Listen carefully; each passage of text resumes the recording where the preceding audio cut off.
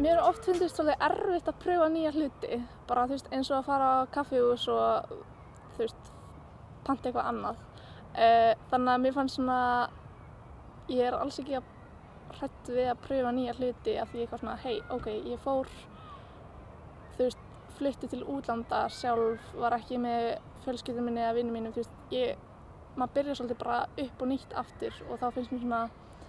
að ef maður gat gert það þá allir þessi litlu hlutir sem manni finnst rosalega óþægilegir, þeir eiga ekkert að vera neitt mál.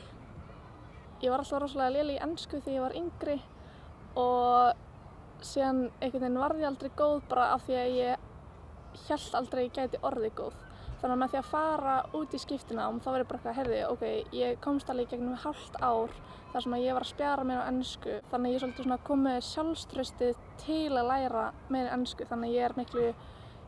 miklu duglegri að læra ensku líka eftir að ég komin heim bara af því að maður einhvern veginn hefur meiri trú á sjálfum sér.